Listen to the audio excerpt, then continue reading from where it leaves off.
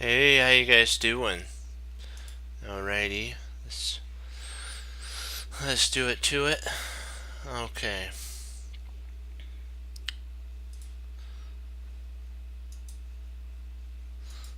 I have to pull up my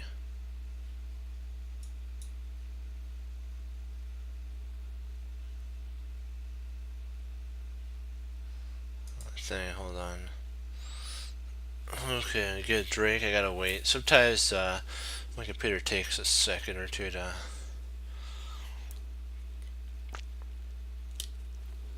That was good.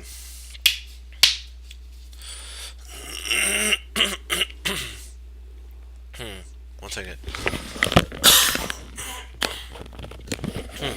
Excuse me. Perfect. We're gonna pull up a one of my games. We'll go over it real quick because it's always good to go over your own wins.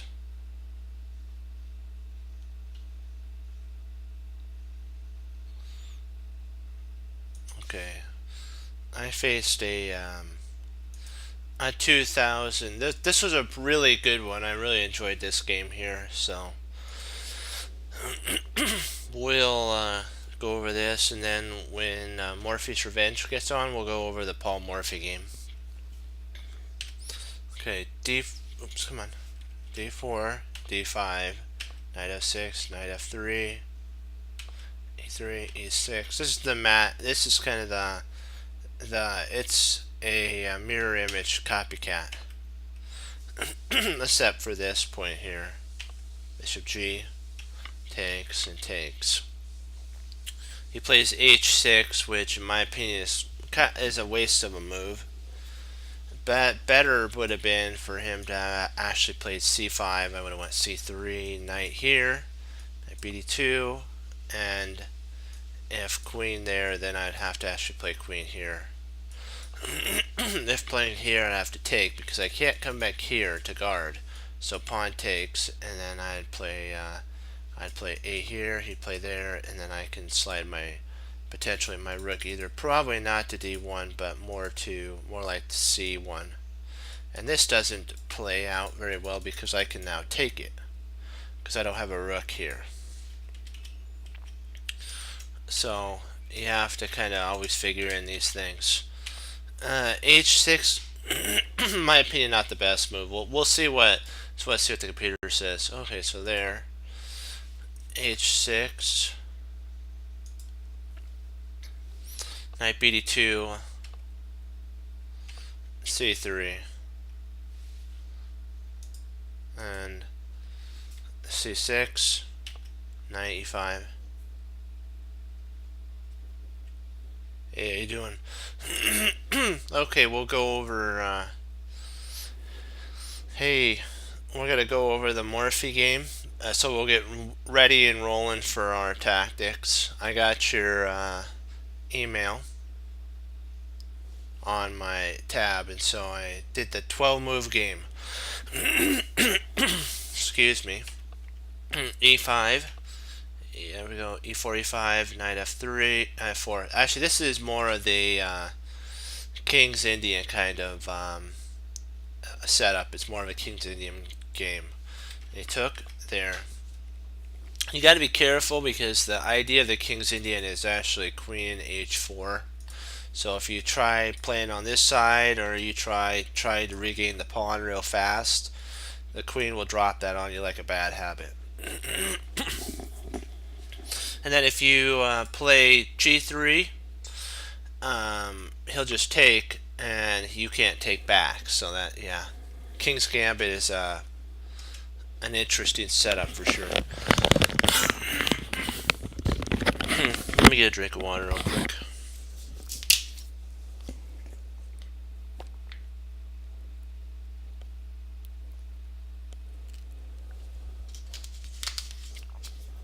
Alrighty.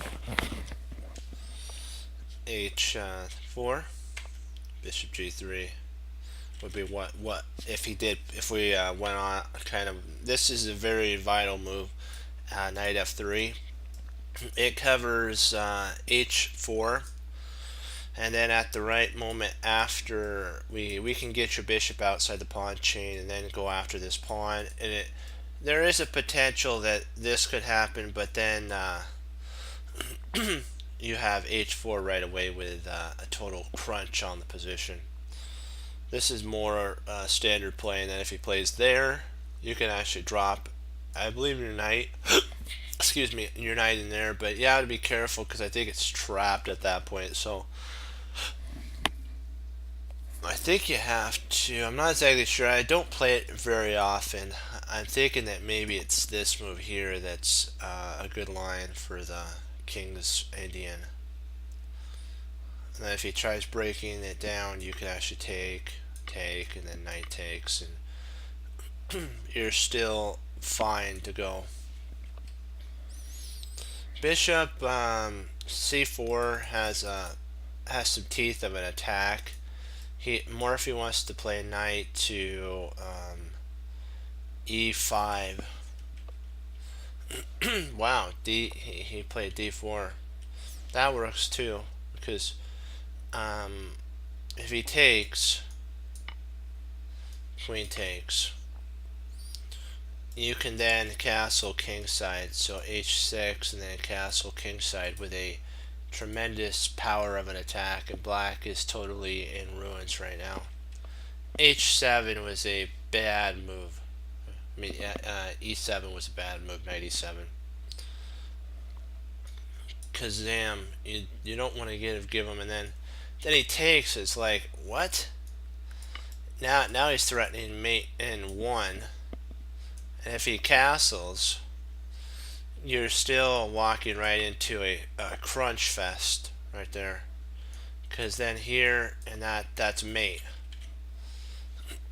So he would have to take, and then takes, and then it would have to move here.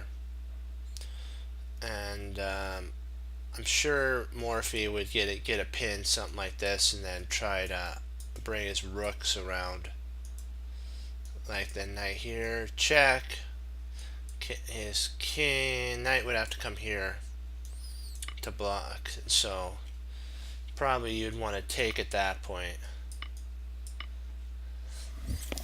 Kind of go a little, maybe this is a little too berserk for me.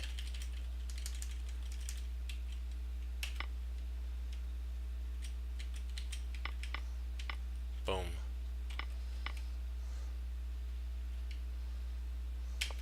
There. Mate in 1 is f6. There's f6. I'm trying to think. Let's see here. I know there's a couple different types in mate here. And knight would intercept there.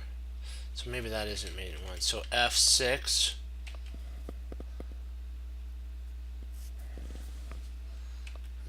Checkmate. I think we're ready. Are you ready for some tactics? Our puzzles? Are you ready for some puzzles?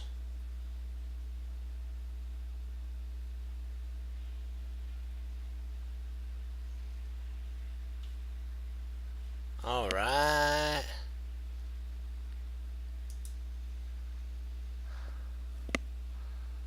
Nice. I'm ready too. Let's kick this up a notch.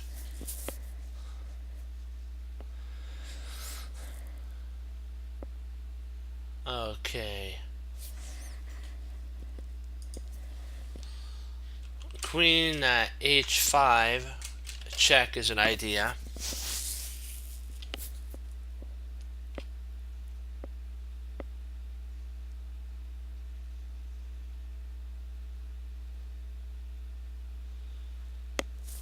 Or queen f3.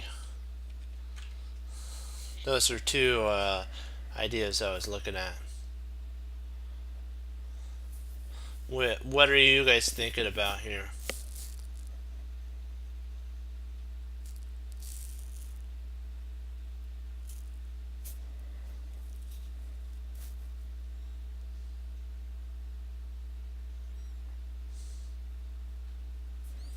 So you're thinking of H5 too as well.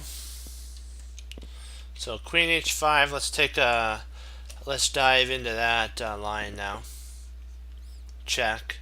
He can't go G6 because that'd be horrible. So he's now gonna have to go King to E7. King E7. Queen F7 check. King D6. D takes E5 check, and then we have King takes E5, and Bishop F4 is mate. We have mate. Are you ready? Are we ready to go for it? I'm 100% on this line. I vote for this line here, and I'm gonna put it in again.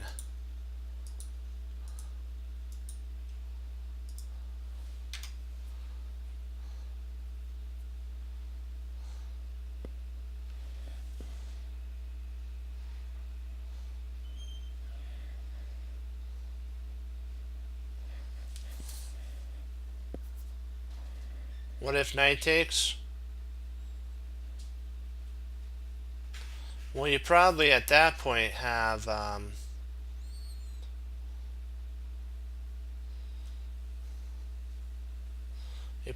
queen queen d5 check, queen d5 check, and you'd probably just start picking off pieces.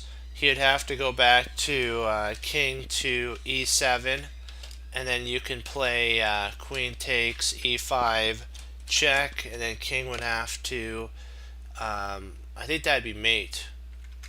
Maybe I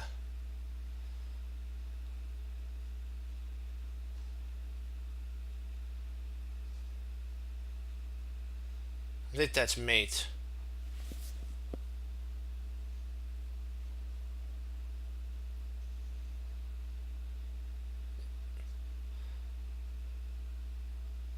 Yeah, it's mate. So if rather than king takes on this line here, but we added knight takes e5, you have queen to d5 check. King would have to go back to e7, and then queen takes e5 is mate. So are we with it on queen h5?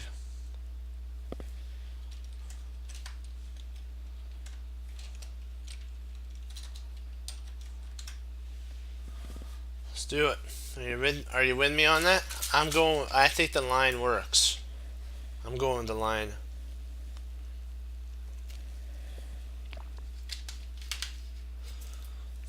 You want to do it?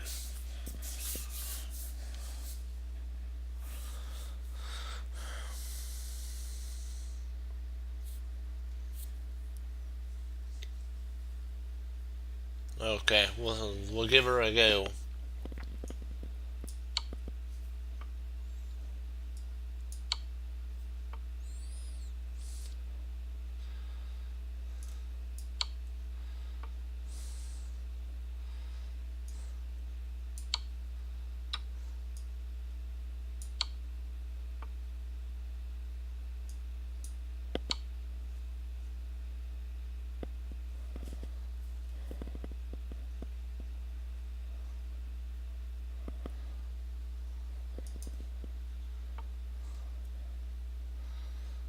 Alrighty.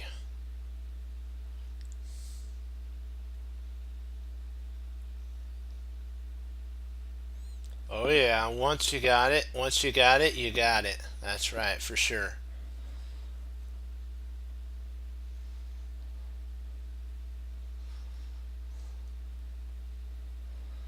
Alright, Brooklyn Rooks. Sometimes you wake up, and this is what she said on there. Or Brooklyn Knights, sorry. She goes, sometimes you wake up and it feels, and you think that something's gonna happen and it doesn't. And then she says, one day you wake up and it does for real. That's what one of them said on there. You wake up. Sometimes you wake up every day wanting something to happen, but it doesn't. But when it does, and it does for real, it's so worth it.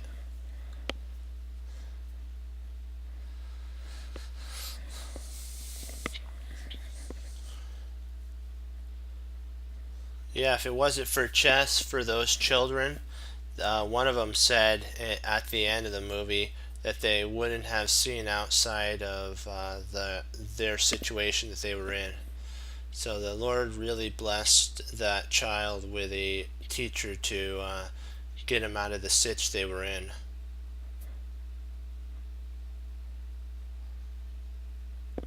Let's see here.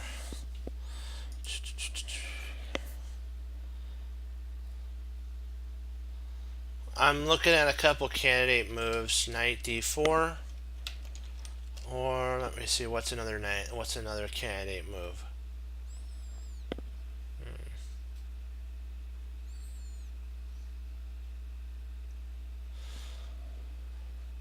I'm looking.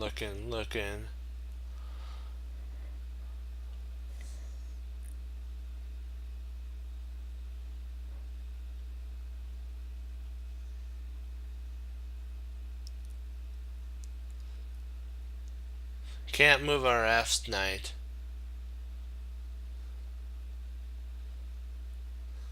Well, a candidate move is a move that you're considering writing, thinking about, like moves that actually do apply to a position at hand. A candidate move is a move that you can use to apply to your position at hand. And there's really only, in some positions, only a couple candidate moves that you can start your calculation lines down. Otherwise, you're calculating at will, or in the archers olden times, fire at will. Is that you want to have an archery, you want to be in unison with your group and do a volley, which everybody fires at the same time. So a candidate move is like all the archers firing at the same time instead of them individually just firing one at a time, because what will happen is you'll run out of time when you're on the board. You won't have any direction. I guess the best I can say is it's directed calculation. Okay, I guess that's the best. I guess that is. Let me see. Then there's knight a5, but I don't think that's the best.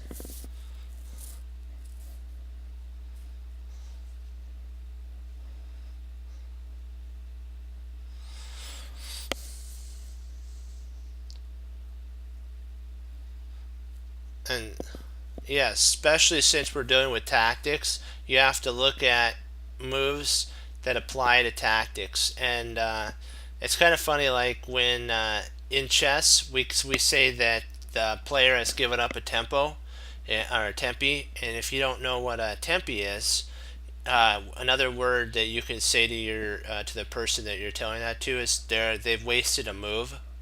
But in chess lingo, it's a tempi means a move that was wasted. Basically, it's a move. So I can't. In chess lingo, a candidate move is a move that applies to the position at hand. I guess that's the best. I really don't know the true definition of what a candidate move is, but that's what I think it is. So. Otherwise, you'd be calculating randomly, and you wouldn't know which move to choose from. It'd be like you'd be so confused. You'd have brain burnout, as I like to say. You'd be so confused and be like, should I calculate d4 or should I calculate e5, e4? No, no, no. There's always certain moves like in tactics, like forks, pins, skewers, all those. and that helps you with picking candidate moves out. Let's see here. If we play knight d4, bishop takes d7, check. Queen takes d7.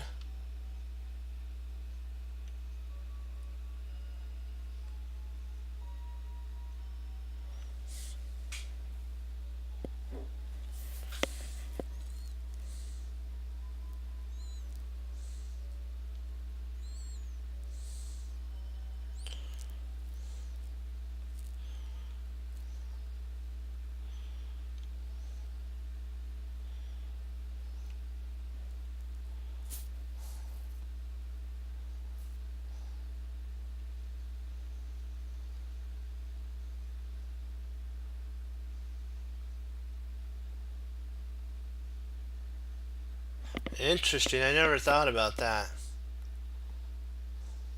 Because like what you're saying, 2018, you're right. Some games miss certain lines, certain tactics. So in some sequences, grandmasters, even world champions, miss them.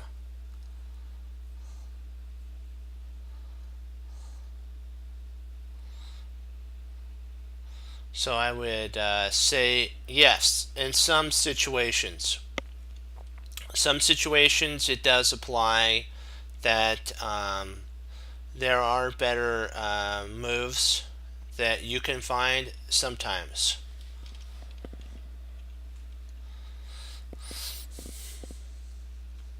Because they're in there, you have to think about it. They're in the heat of the battle, and sometimes they overlook double exclam moves. Okay, let's see what did Morphe's Revenge. Yeah. So that was a very insight, a lot of incitement of there. I mean, for me to think about. But yeah, I've thought about that, but yeah, it makes sense. There's always sometimes a better move, and that's how you improve, by seeing if you can spot a better move. You can, like what Jeremy Silman said, you can learn from any range of a player, because you can take exactly what you said and say, if the player would have played here, what would have happened, and then maybe you can set up tactics from that and learn. Okay, let's see, knight d, take bishop there. Okay. Okay, black loses the knight on g. Let's see, knight takes after the bishop takes. Knight takes d7 and bishop b3.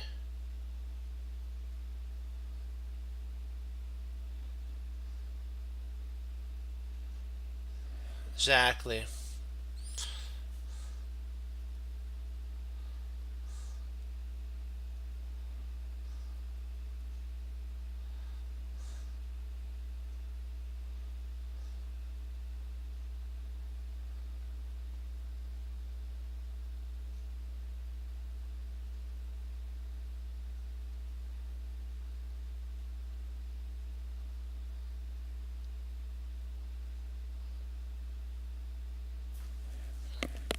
Nice. I didn't even that's the in-depth definition for candidate moves for sure. Nice.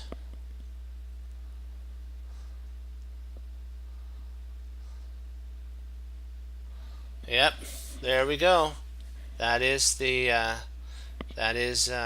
best definition you could be given for sure of a candidate move. Yeah, let's go with. I like the d4 idea.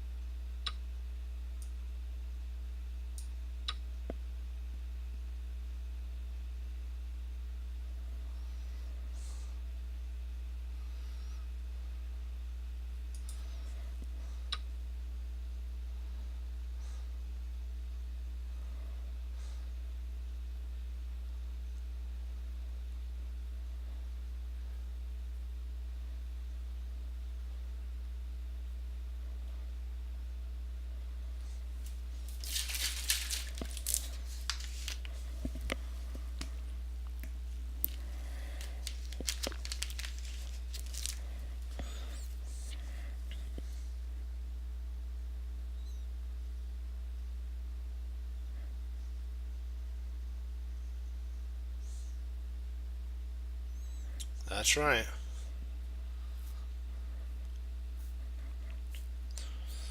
But it's better than a negative 13, so I always think of that, yeah. And that's what you have to do to get in the big leagues, like what you're saying. Exactly. Hmm.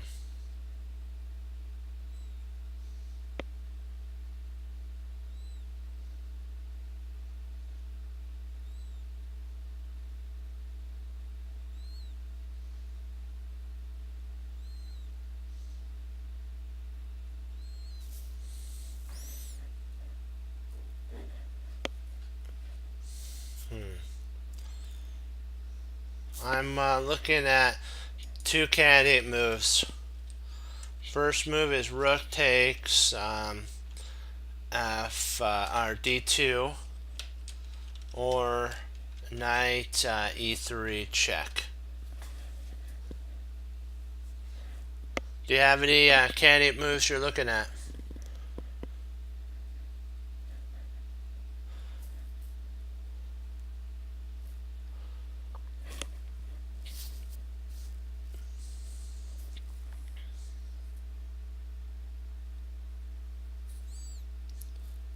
So yeah, the reason I was looking at knight e3 check is if bishop takes.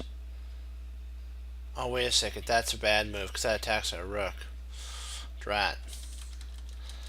I missed that because yeah.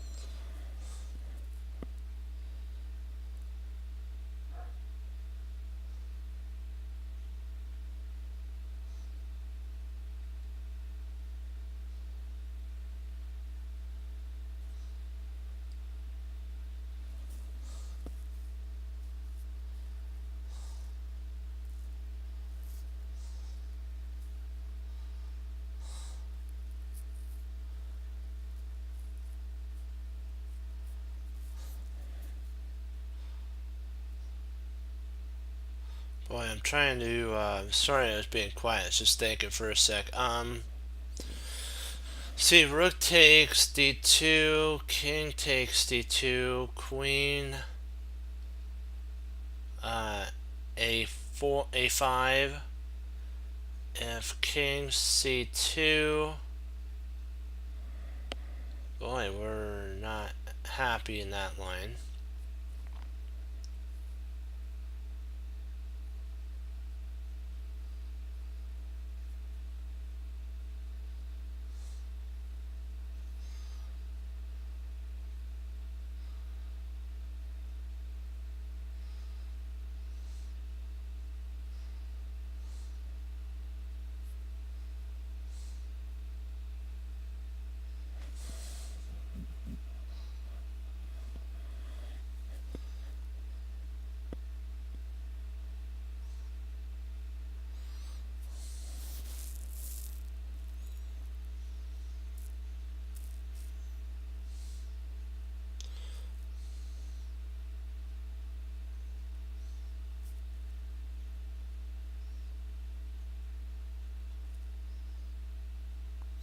Maybe could it be knight f4? Could knight f4 potentially be an idea?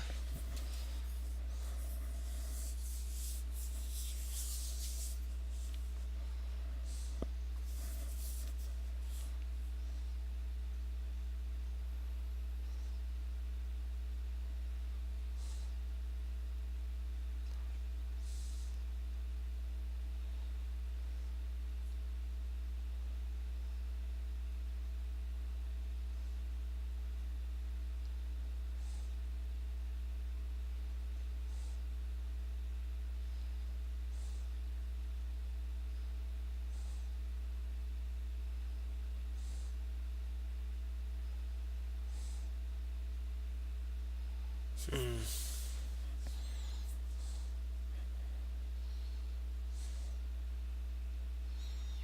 So we know that I know what's so funny, Morphe. I was actually looking exactly at that line that you just went over.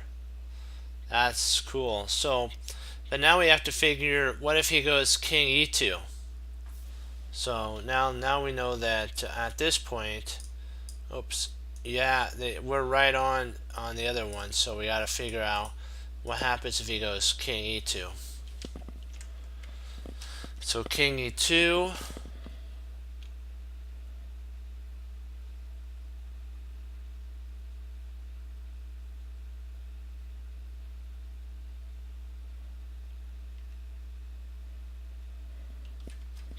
That's the great equalizer change.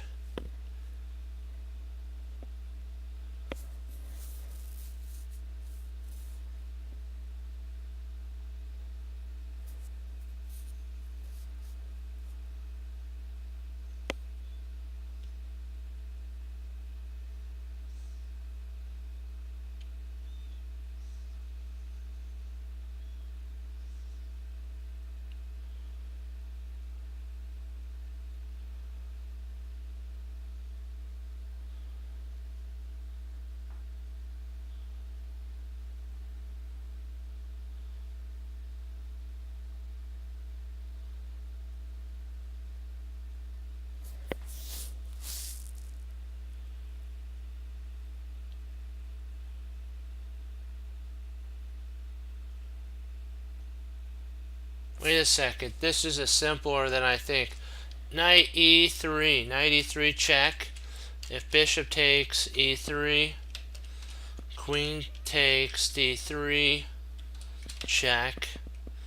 And if king e1, we play queen takes e3 check. I believe it's knight e3.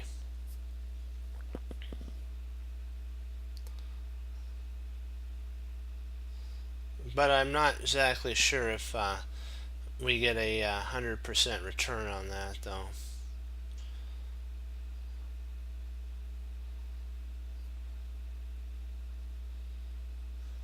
Yeah, I think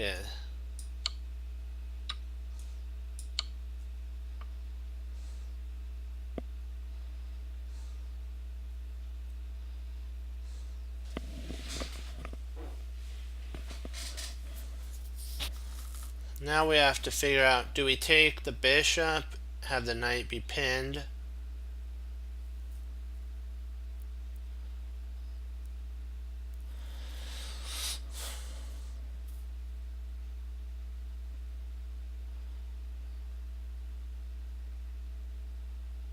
So you have to think about this. Do we play bishop takes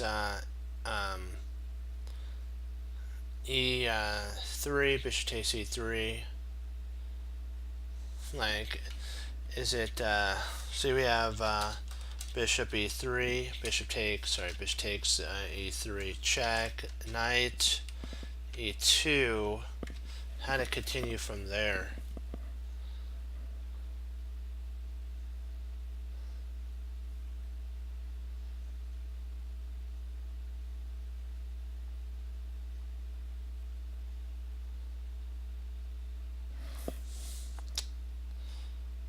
I think we just pick up a piece in that line.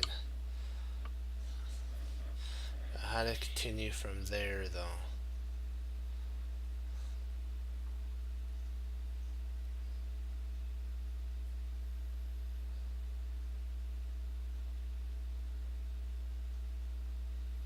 I think, well, h5 he takes with check.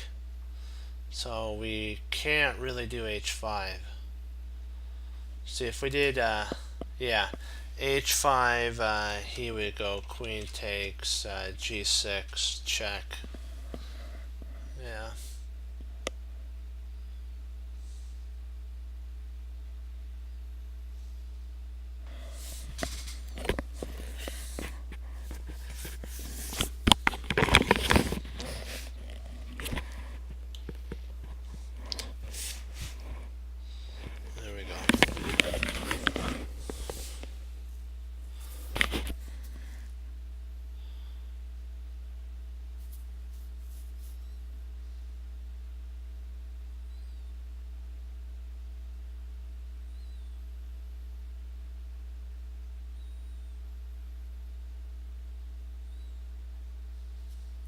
I was thinking, do you think it's rook AF 8, like what you just said?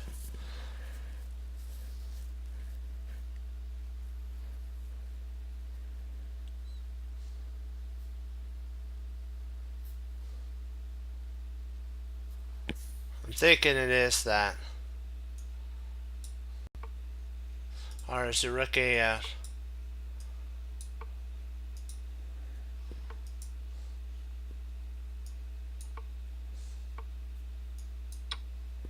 Ah.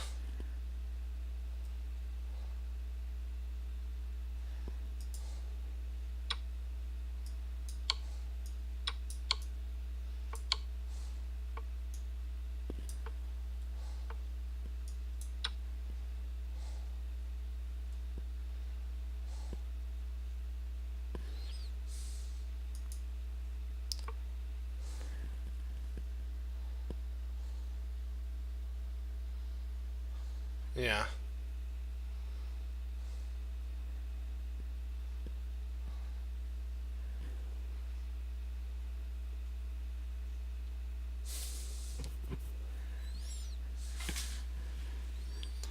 Let's see here. Rook H7 is one candidate move, or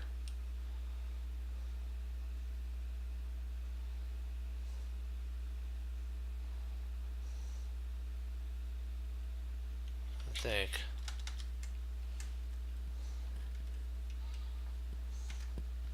Oops. Rook H7.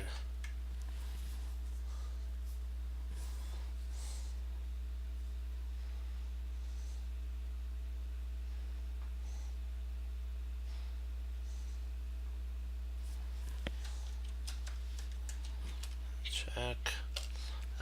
King. I think there's no way to stop that.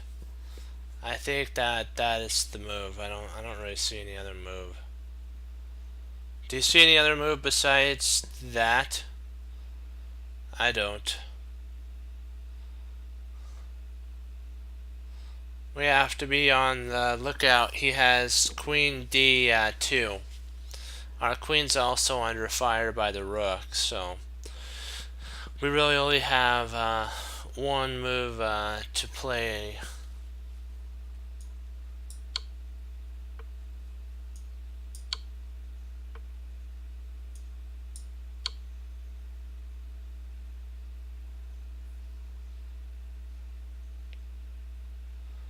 There we go. We're back in it again.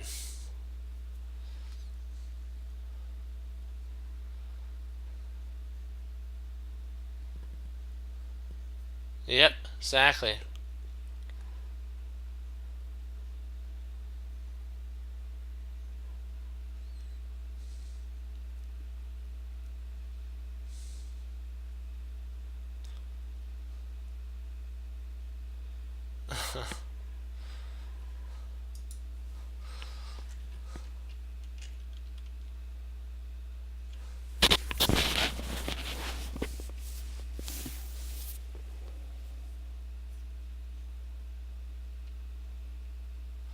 There is rook takes e2 check is an idea, or we have queen takes f3. Those are two ideas.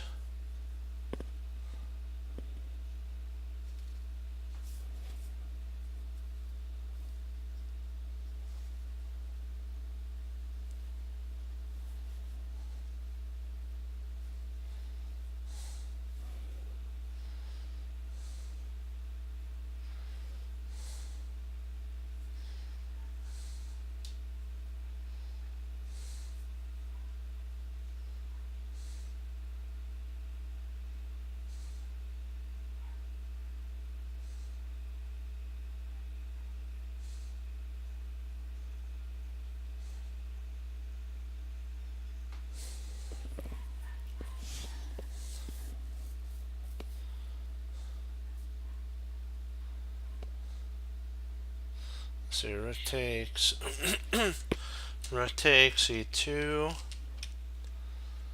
check. King D1, best move.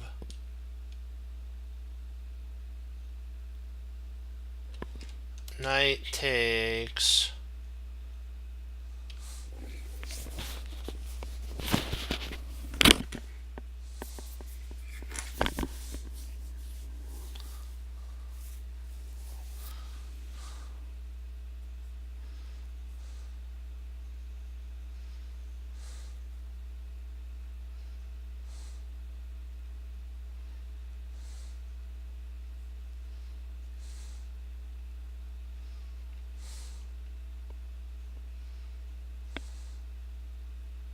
Well, we got bishop. We have queen. We have queen G5 at that point. Queen G5 at that point.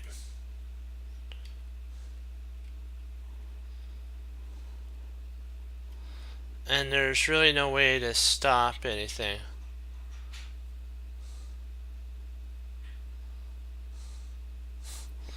Yeah, let's start off with this move first. And I'm thinking that the next move is queen G5, which threatens mate. That threatens mate.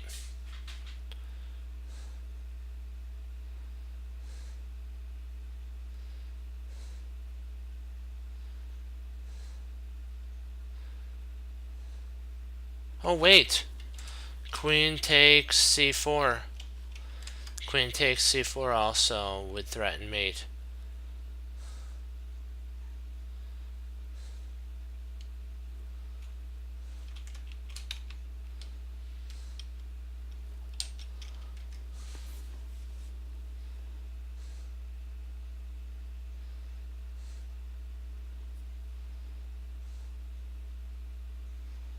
If queen takes C4, rook C1, and then queen B3 mate.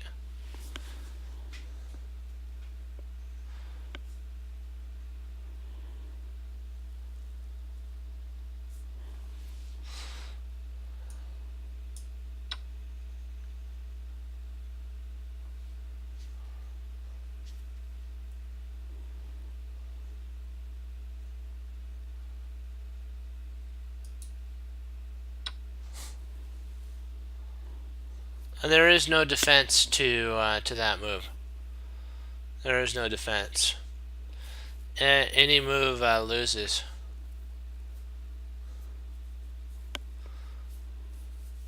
We calculated all the defenses. It's over.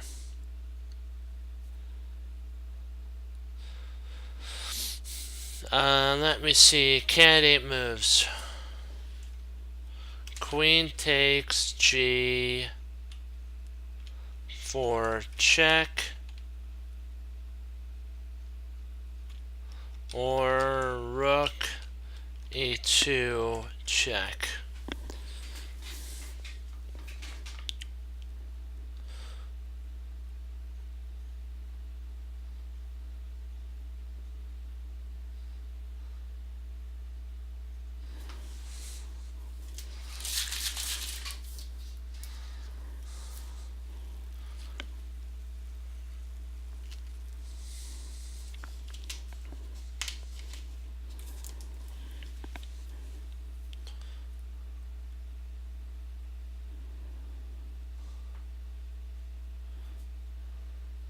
No, we're thinking we're thinking alike. That's what it is. I like queen takes G4. Queen takes G4 check. If king, we'll say F1.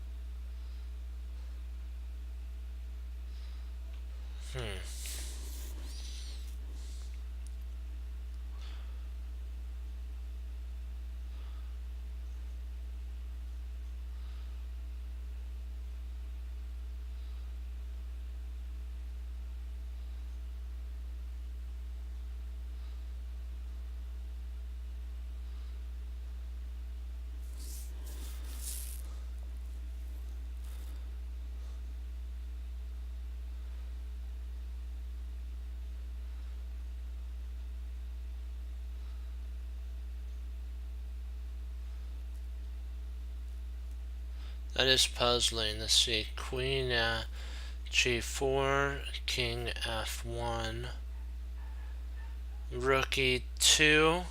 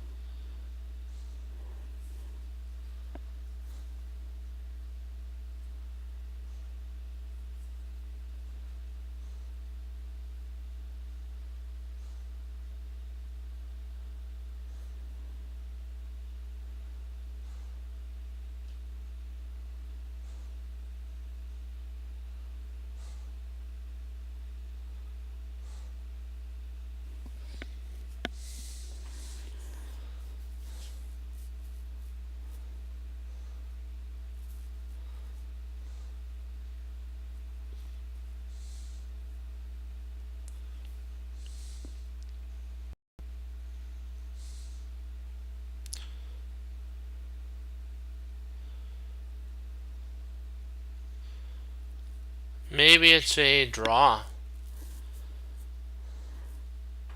Because we could, yeah.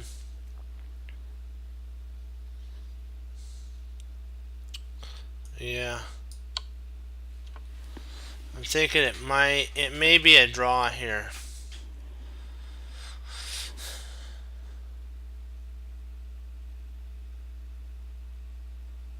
No. I don't think so. I don't think it's a draw. We need to continue one more move out. I'm thinking rook,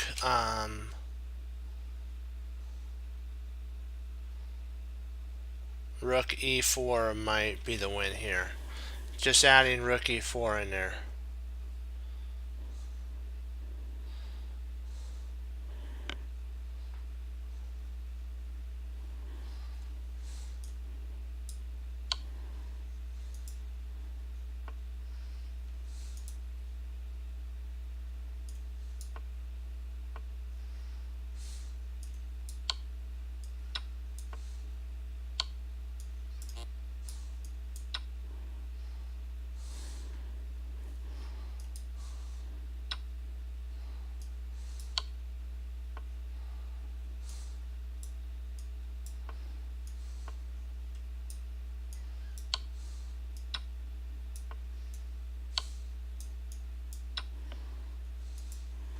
I want to see if our idea has any teeth to it at all.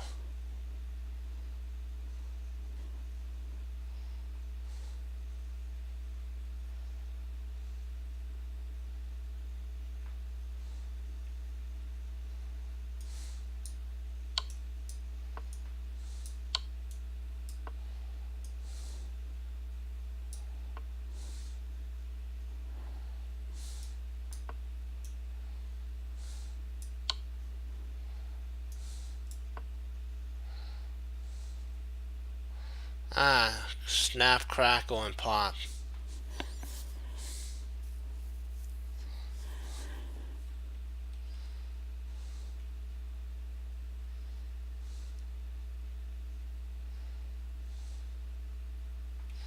Yeah. That's not fun. Not fun at all.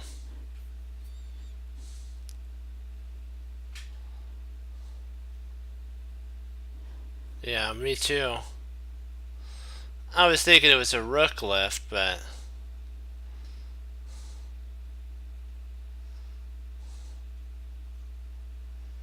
I think we got no. We were close to mate. So I was thinking caddy moves queen, takes d4 or d5, check, or queen takes h8.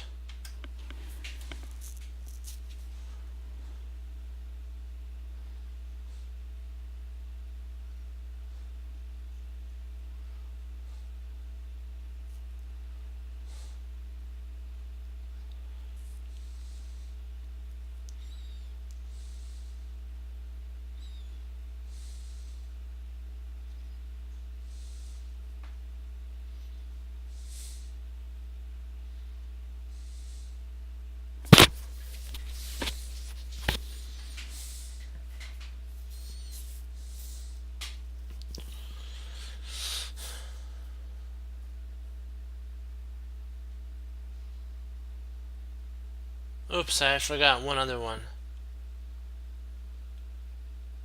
I was looking at bishop takes d5 at this point too. Another candidate move, so I have 3 candidate moves.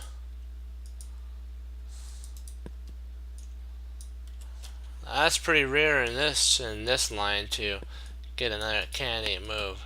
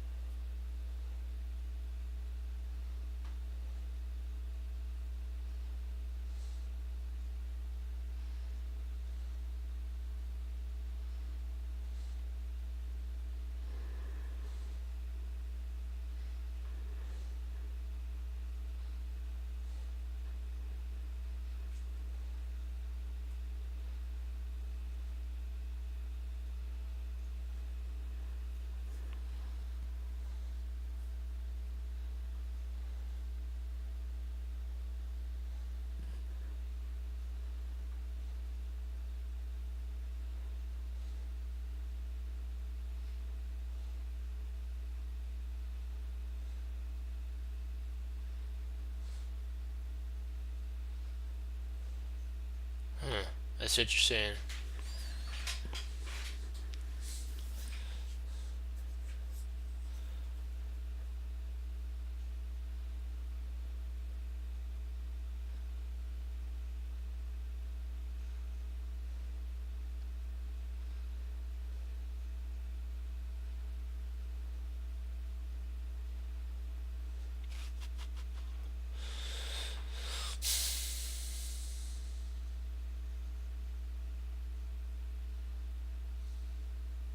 Boy.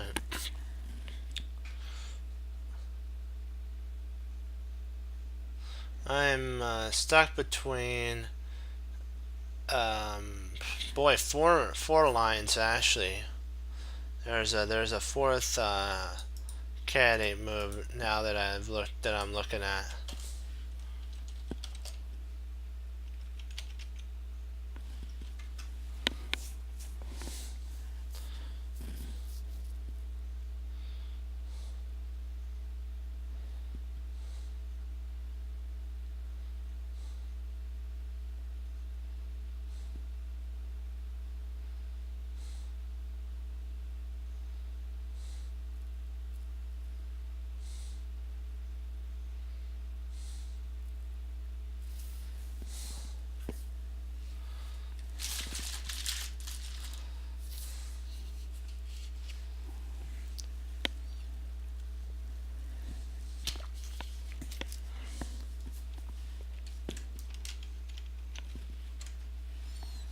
Bishop d6.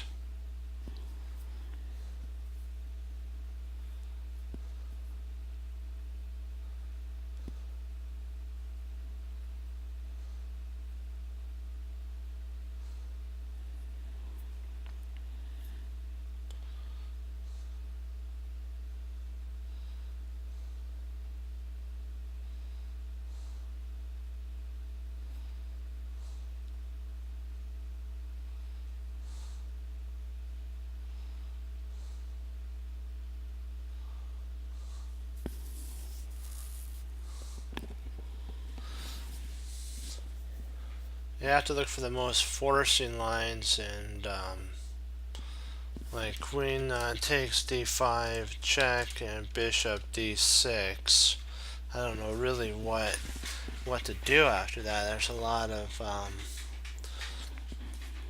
we could check, but the queen would intercept at that point. The knight would intercept, and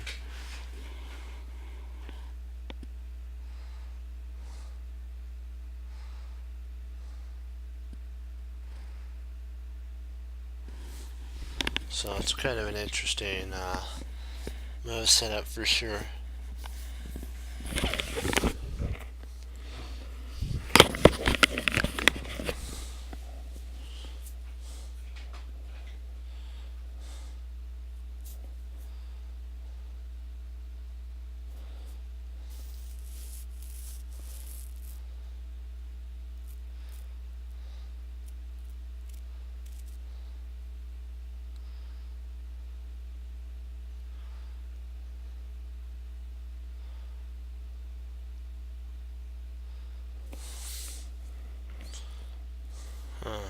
So knight d6, bishop, knight takes d5, queen takes d5, check, bishop d6.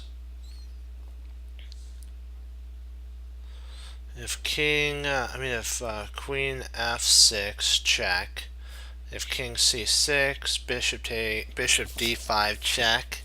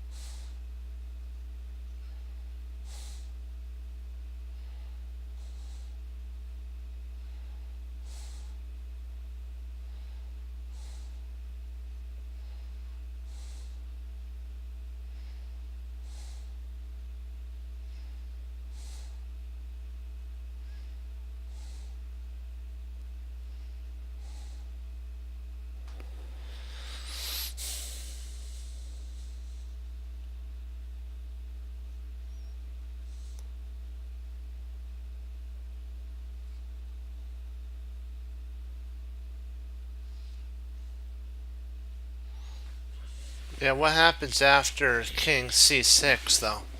See, that is the big question of the day. We could potentially, because I believe we're getting to the end of the line. We need to take it a little bit for. Oops, what are you doing? We need to take it a little bit further. Let's see.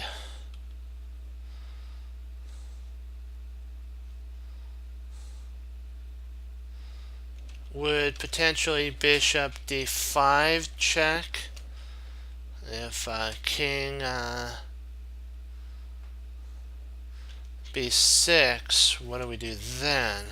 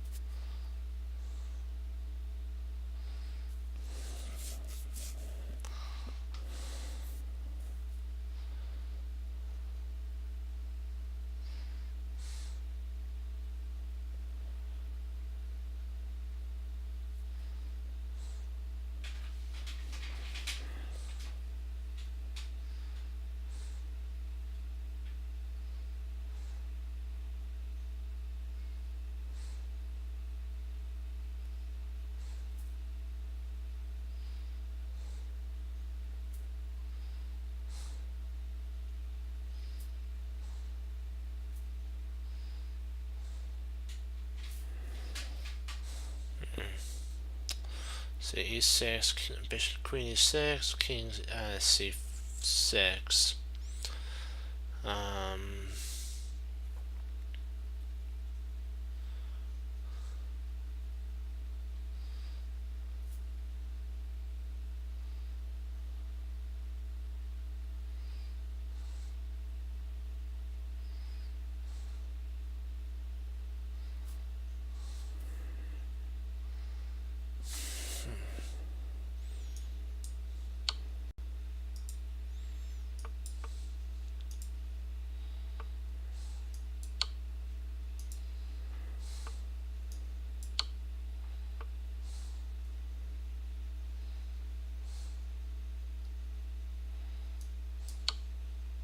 Oops, 1 second. Not bad. Nope, not there.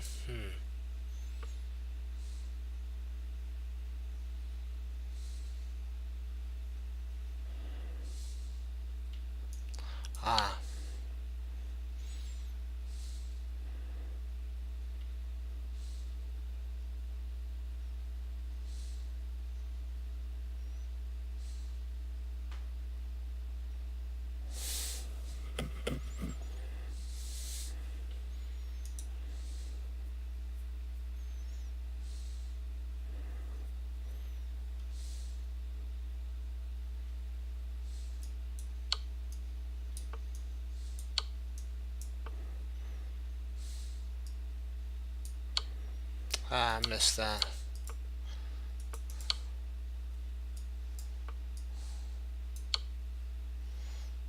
That's my bad there.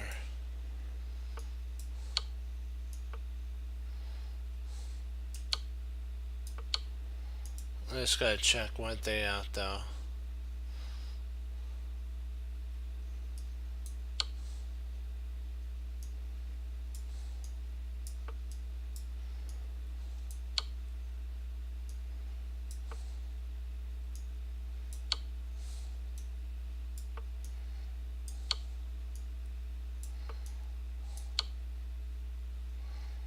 I'm surprised they didn't give us, you know, even though we got kind of the second one right, we didn't get a little bit. We had the second to the best answer.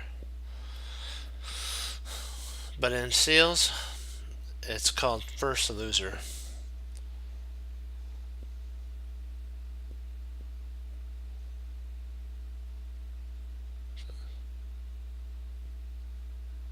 That's what second place is.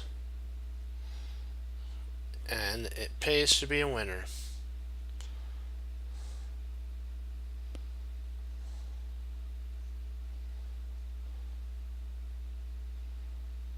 There we go.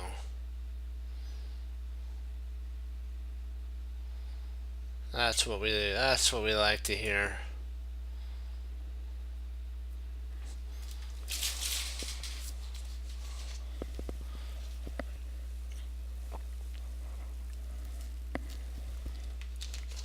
Okay.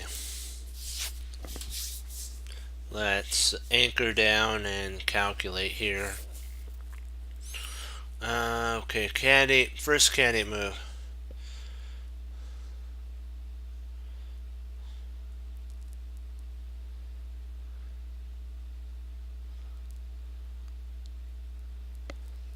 That is right.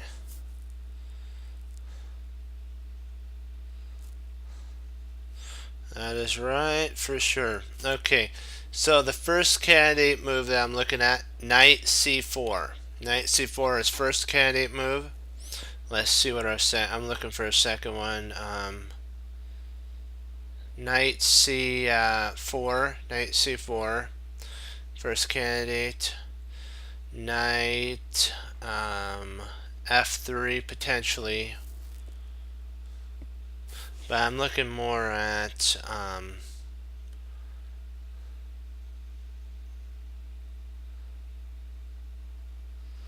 knight c4 or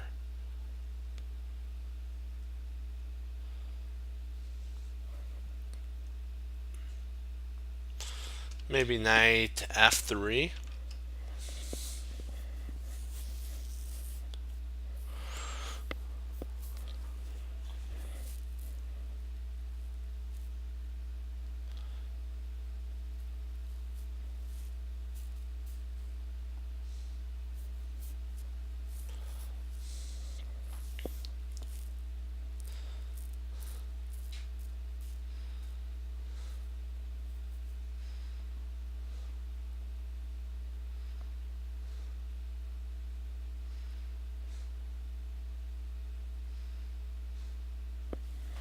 See, I'm looking at knight c4. If queen,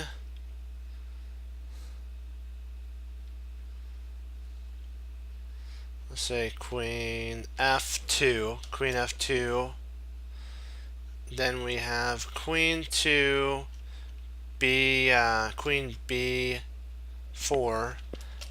If b3 is played, then we have queen a3 check, king goes to b1, and then king goes to b1, and then queen to b2 is mate. What do you think about that line?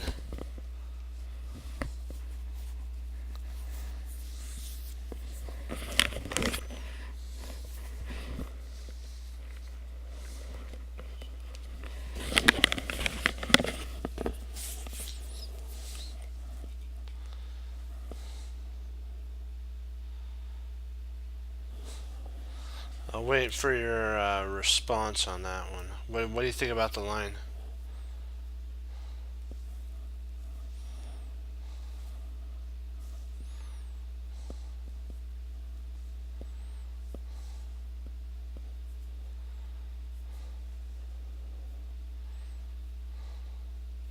Do you have any other candidate moves that you were looking at?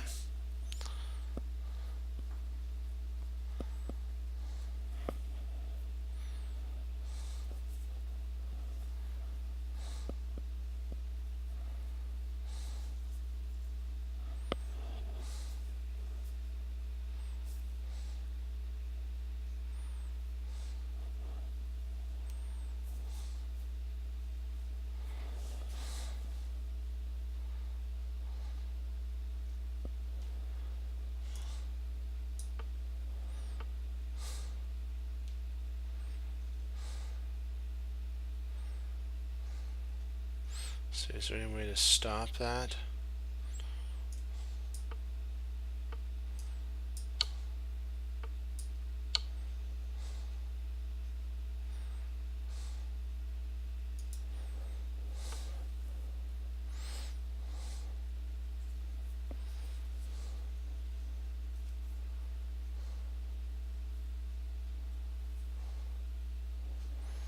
Yeah, we're seeing them.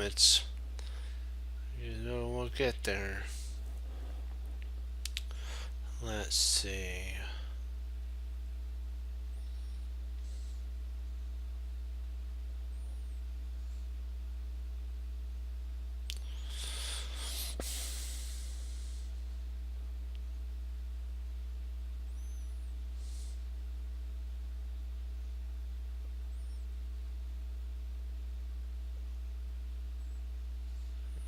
I'm looking for some candidate moves.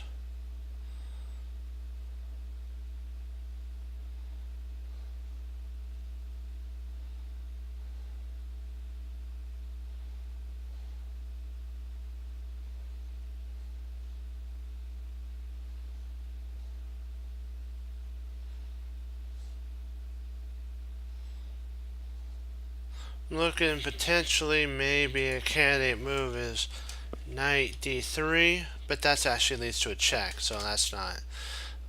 Knight takes e6 maybe.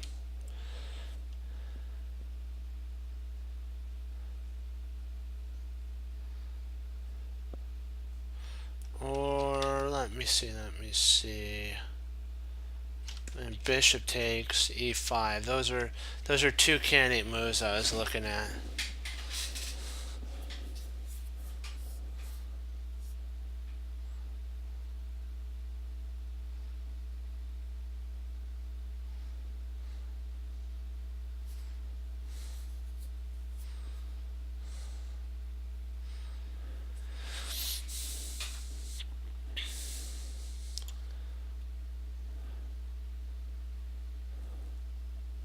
What's what have you been looking at for candidate moves?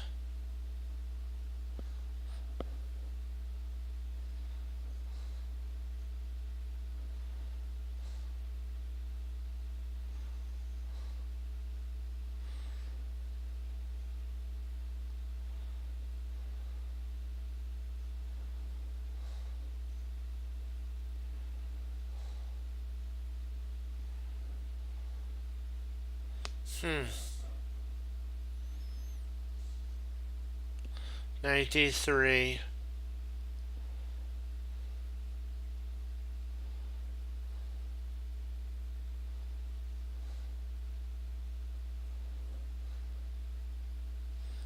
Yeah. So knight. I did look at that. Knight d3. Knight takes d3. Check. Rook takes d3. And I don't know if there's any way to stop mate in that line. I think that wins. I think that is the correct line. The other lines don't win anything but a pawn, and we're already down material. That I believe does win, because there's no way to stop checkmate after the knight has been removed from the board, and there's no, even though we they take, there still is no way. Yeah, that move is correct. There is no way to okay. Yeah, knight takes, bishop takes, and there's no way to stop that without giving up material. See, the other lines don't work. I'll show you. That is the only line that does work. See, if you try this line here, he just moves and there's nothing, and you can even intercept there, and we're still down. We don't get enough material. If he takes here, we would take with the rook, and queen e5 would have to be played anyways. Bishop takes, pawn takes, and then h5 potentially is an idea. This would open up the rook to an attack here. So like if he took, you would have rook takes, and then you could have mate 3, bishop f5, queen takes h, f6, basically rook d, and if, let's say, he tried blocking here, queen h is a mate, so yeah.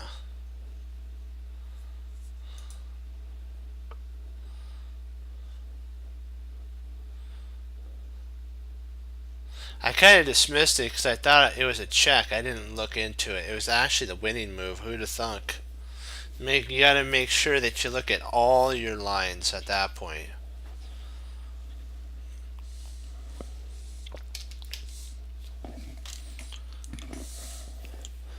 Okay, dokie. Let's see here.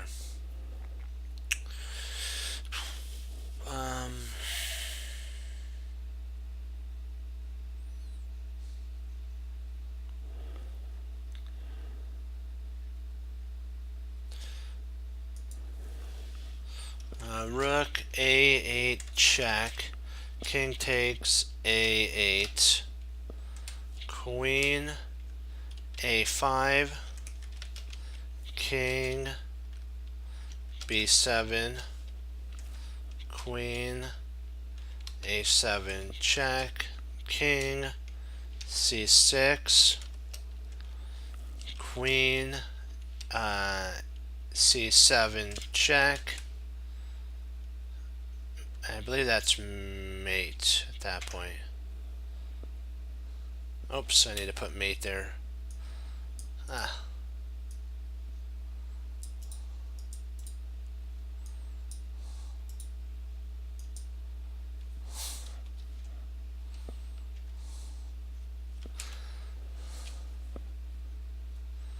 But he doesn't have to actually take, so if rook a8 check, you have to always calculate this.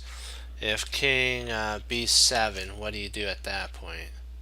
Well,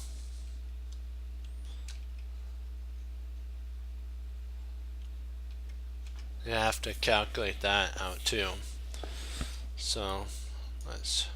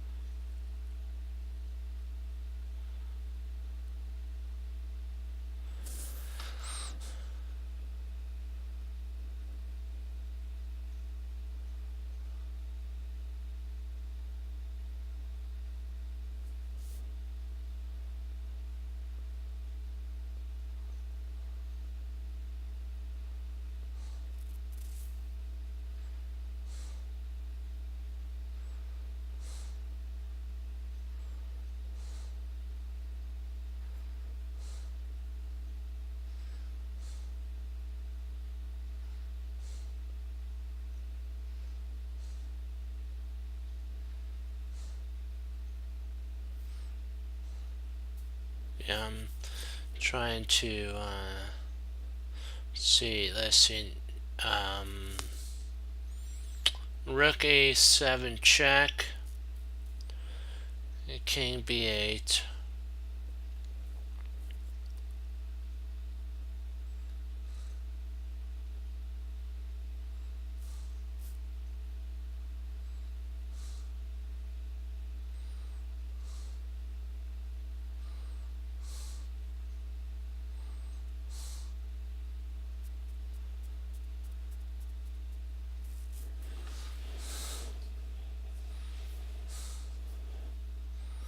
we're one move away from mate.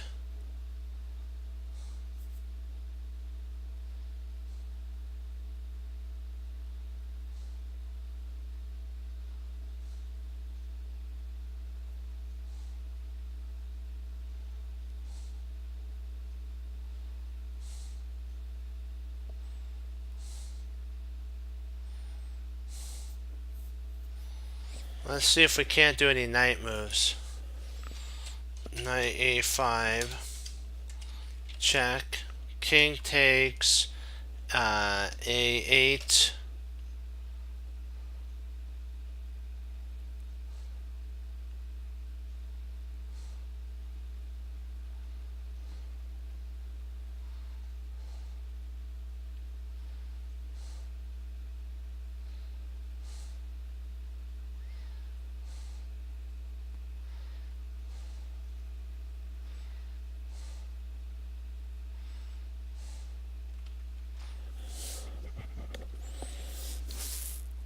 So knight a5, king takes a8.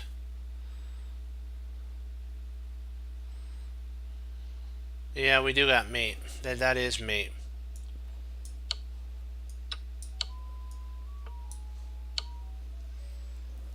Yeah. It took me a second there. I had to get all the pieces moving properly in my head.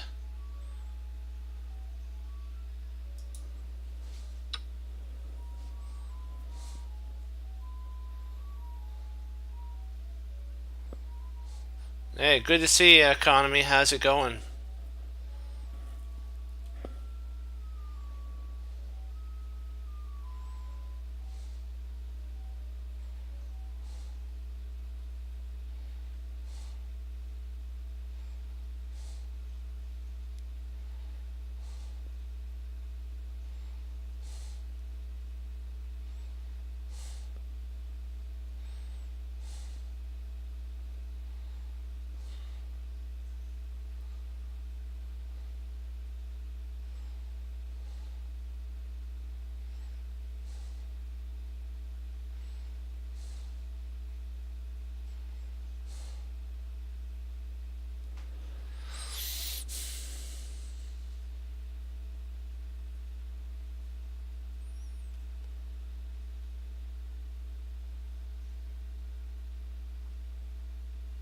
Boy, this is a kind of interesting one. There's a couple forcing candidate moves. Queen, a1, check.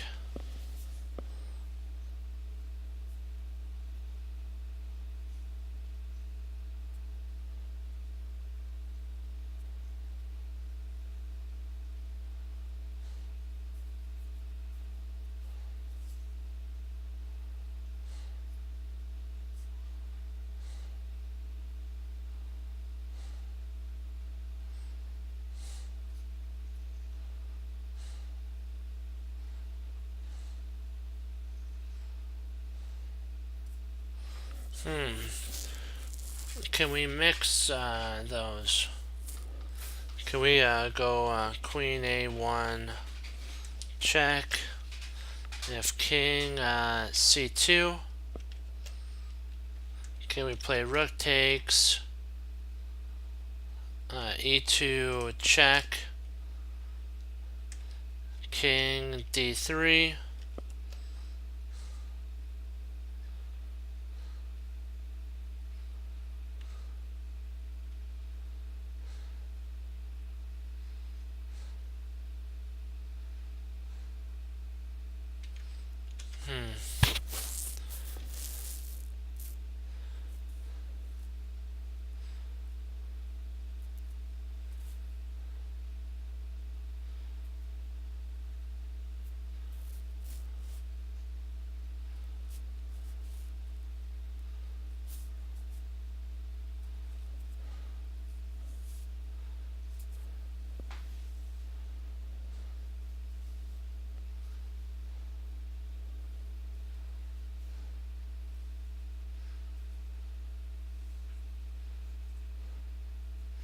I'm wondering if after d3 though we can't sack our rook. by playing rook E,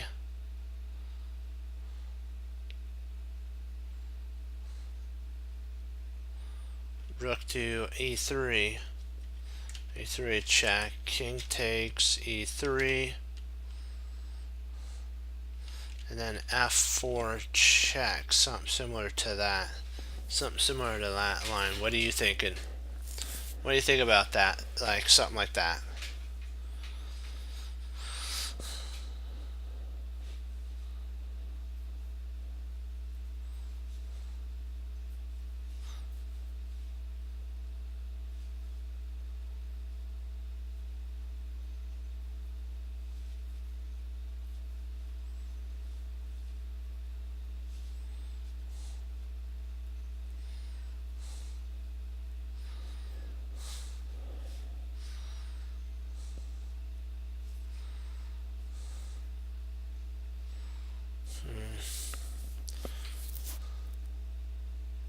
Because his threat is rook H8. His threat is rook H8 check.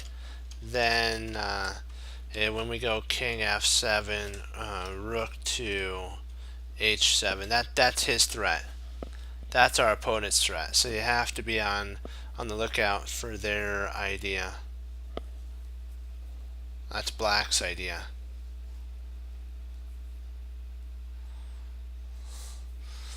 Yeah, I'm liking the.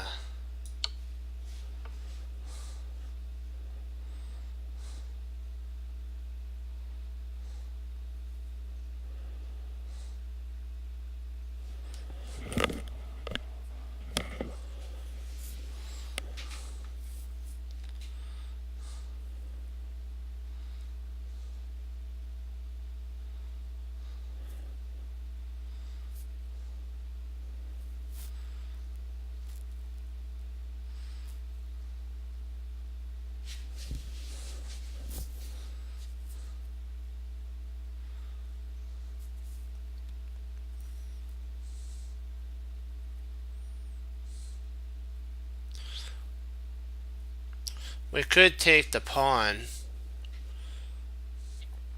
but I don't know if. I think this is our opportunity to play rook takes E2.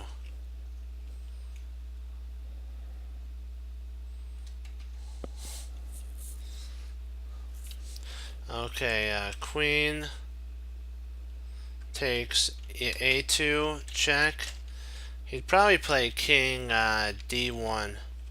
He'd probably play king D1 at that point.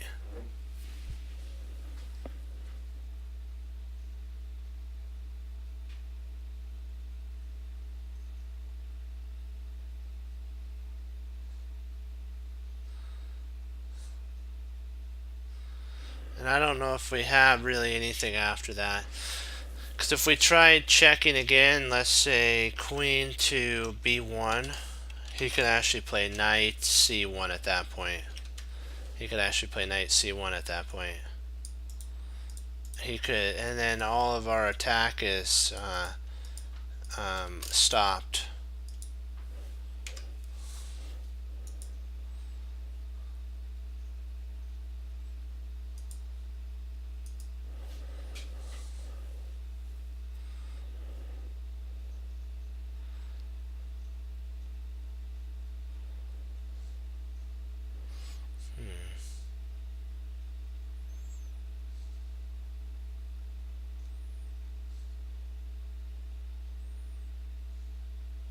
Oh, we could actually win a pawn, couldn't we? I guess he can't do D1, can he? Because if he did that, if he did do D1, we have queen takes B3 check at that point. And then king E1 would come to pass.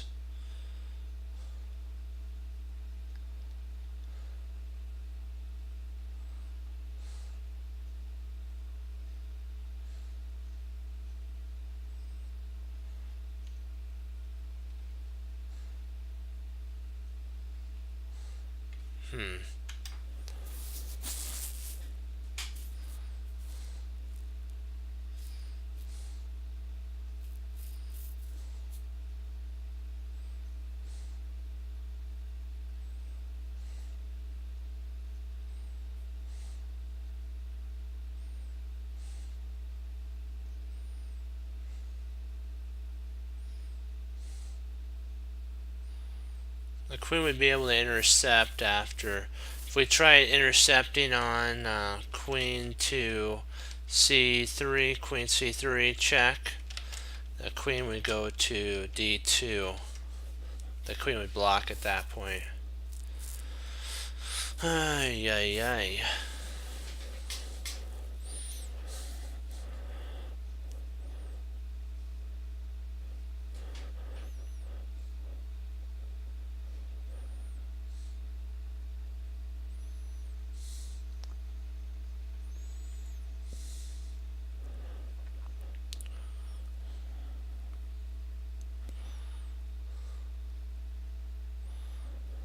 Oh, true.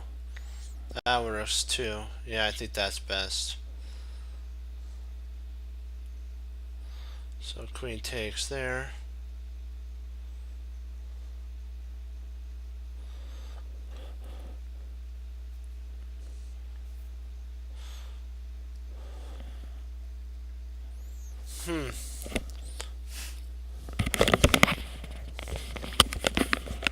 So maybe that does work.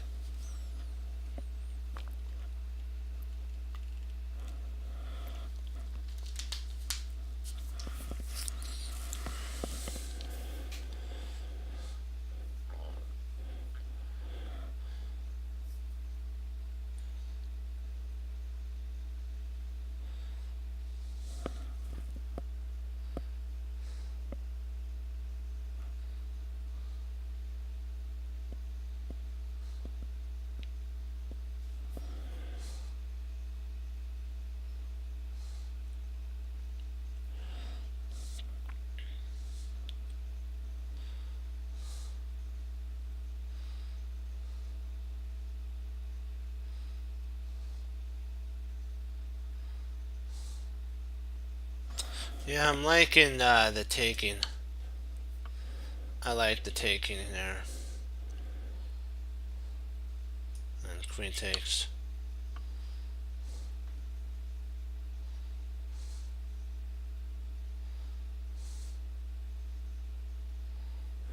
Okay.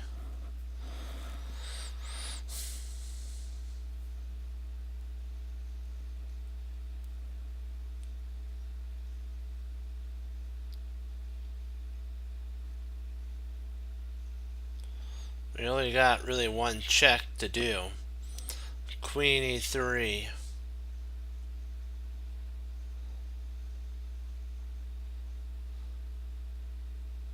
If queen d2,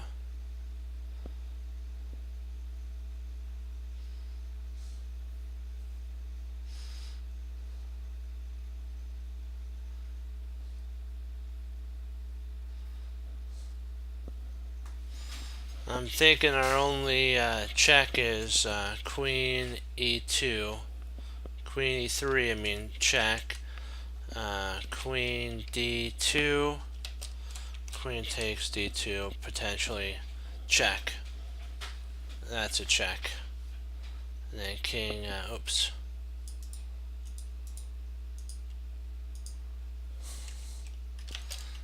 King takes d2.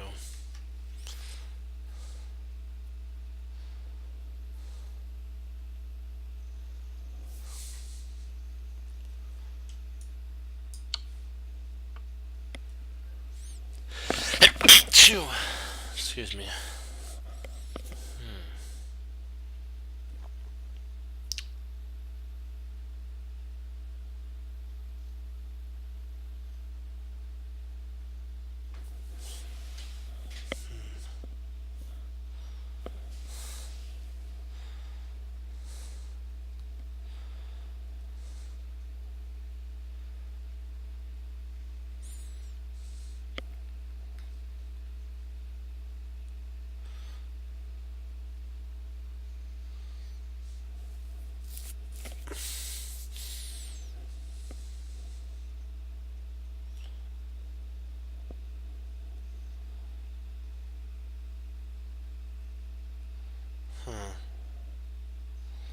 So now that the king went to c2, we have to figure out which check do we want to go with. There's two checks. There's queen f2 check or queen e2 check.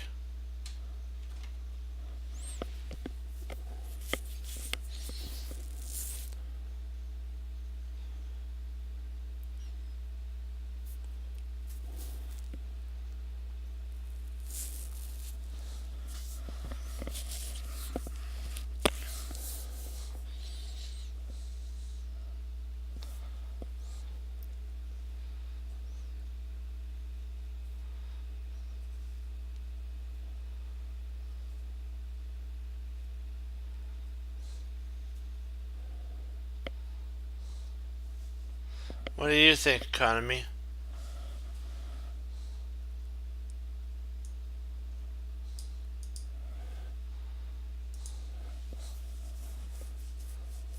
There has to be a reason for one.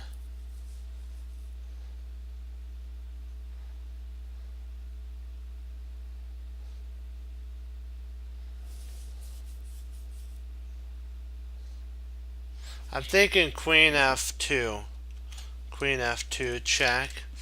Because that allows for us to get our rook involved. So if like king c3, we have rook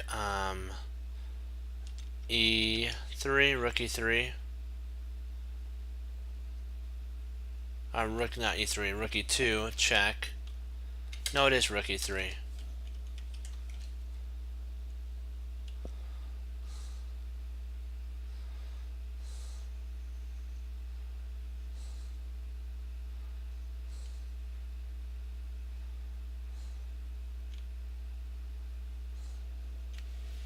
Yeah.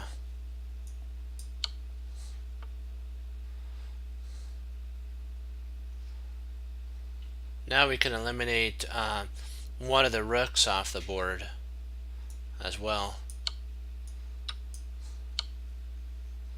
That really saves the day. That really helps with eliminating a rook off the board.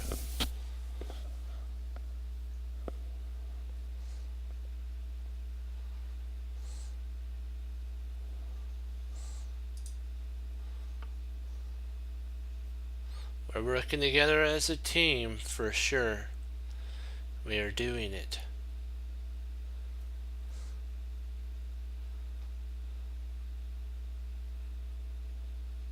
There's mate here, I believe.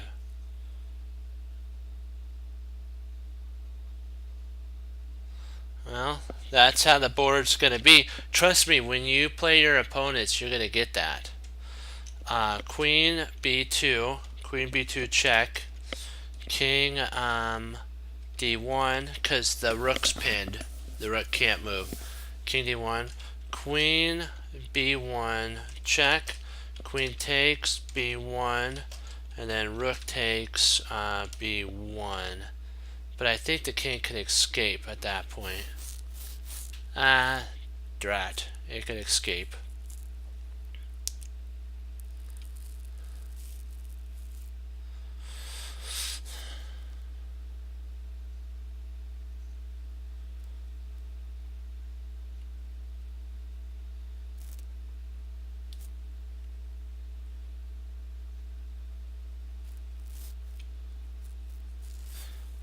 Okay, we'll review a game after this one.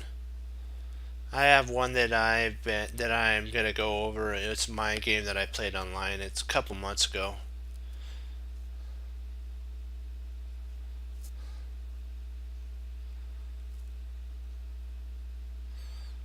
Let's see. So queen b1. Queen b2. I'm thinking queen b2 check.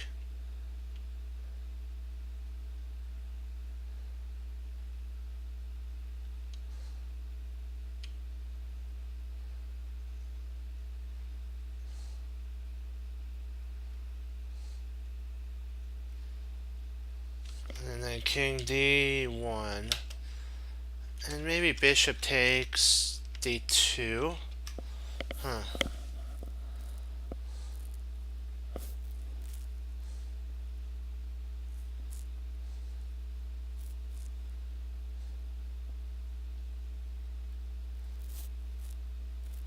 we're down a rook and a minor piece, so we are having to go for a knockout here. There is no, I guess we don't have time for any of that. We have to go for a KO. So maybe, I think I have an idea. Yeah, Queen A1, that's right, exactly. Great find there.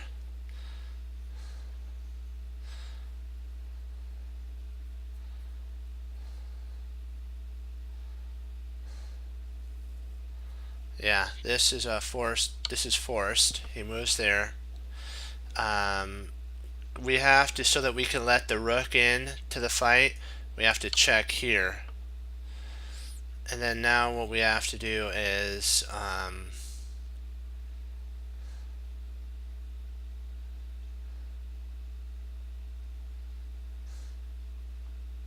I'm thinking besides Queen A2, hey, economy, would Rook B2 be a good move? B2 check.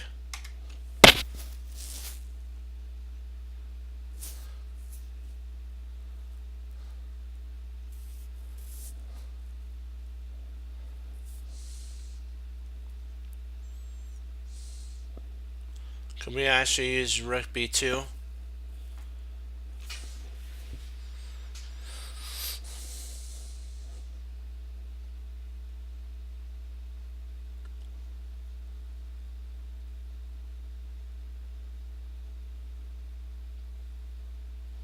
Because I think Rook B2 check, King C3, then Rook B1 check. Rook A1 is mating.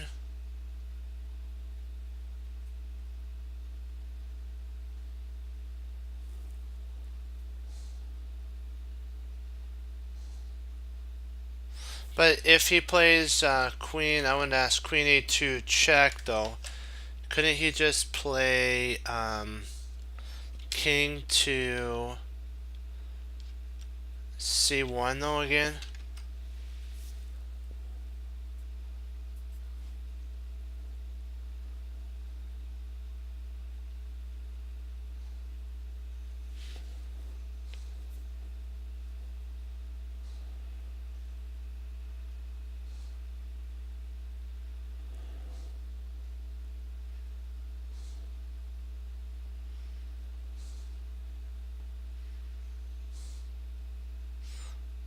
But then if we did Rook B1, if we played Rook B1, check, couldn't he play Queen takes B1?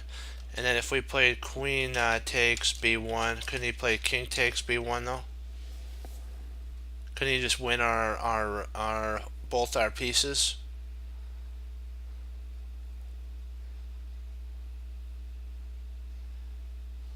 Oh, I get it. We would take his rook at that point, wouldn't we?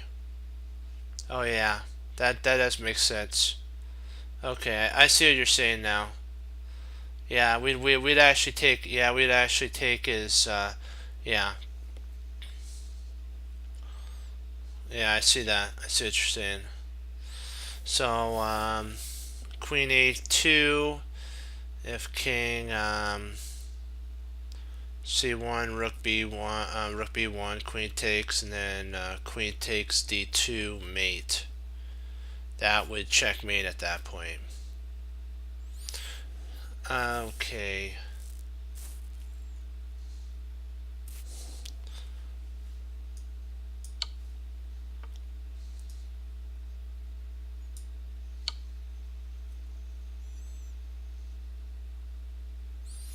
Yeah, we'll stop here and go over a game. I'll show you the other line and then we'll go over the game. 1 second.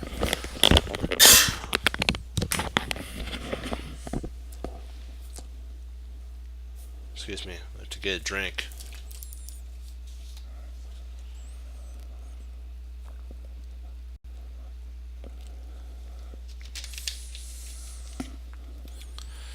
Yeah, this move here, And this, I was looking at this. This is still mate 5, but he can go c3. Bishop takes. Queen takes. Queen takes. So you gotta be careful here.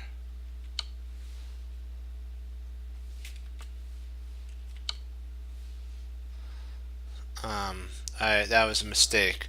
Yeah, here, and then if he comes here, this is what we were talking about. If he takes there, you have mate, and that's mate. So he just chose a different type of mate. So either way was mate. Alright, let's go over my game. This is a bigger, this was a pretty tough game that I played against a over 2000 level player. I was able to win this. It was a London system setup.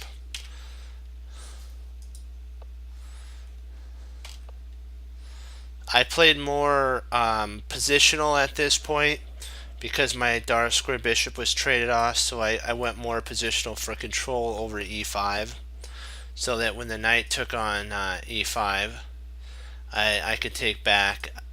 I took back this way so that I would have these pawn breaks in an open, half-open f file. And potentially I'm going to be implanting a knight into the position, and so I have a lot of attacks. So he went e4, I took, he took, and then I went bishop, queen d2. The idea was castle queenside.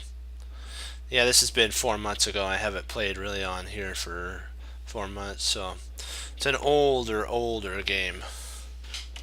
Play queen a2.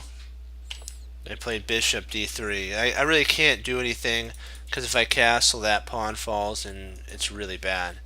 So bishop takes and takes.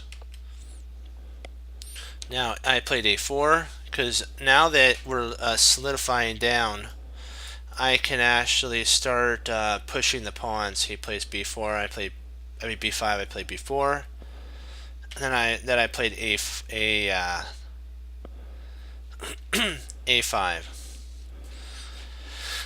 I control really the only open, half-open, two half-open files. There's a half-open file here and a half-open file here. So queen e7, king f2. He can't really infiltrate only via here, and that's really not a really good infiltration. I could come there and then just move. Sorry, I could come here and then are here and come in, trade off. So castle queenside, rook af1, f6, takes. He moves queen there, bishop f. I don't know if well, taking I think is okay. Taking, and here he played queen there.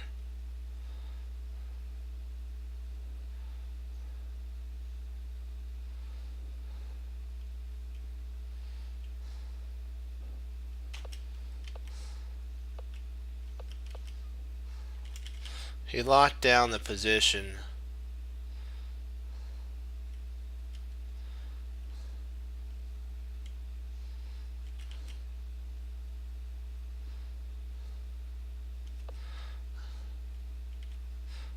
And this was kind of the tough.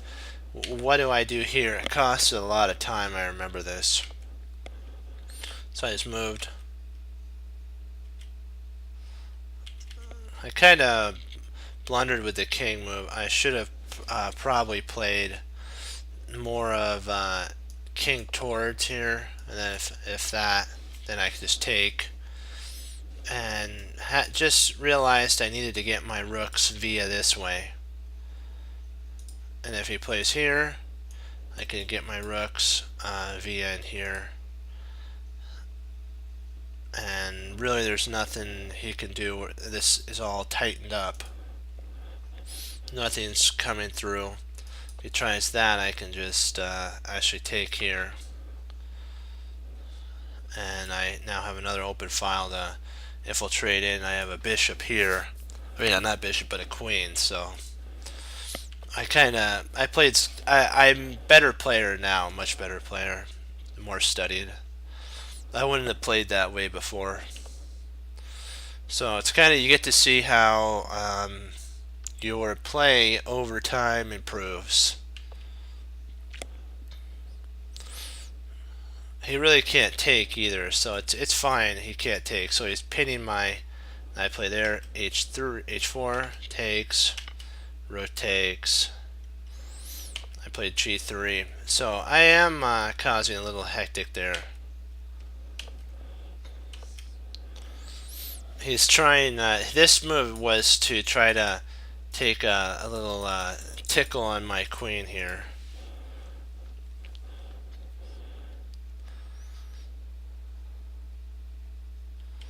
I probably could have just plain old played here after that. Here, if he takes, check. I just come up here, and what does he have now? I guess he could play there, but and after check, it comes up here.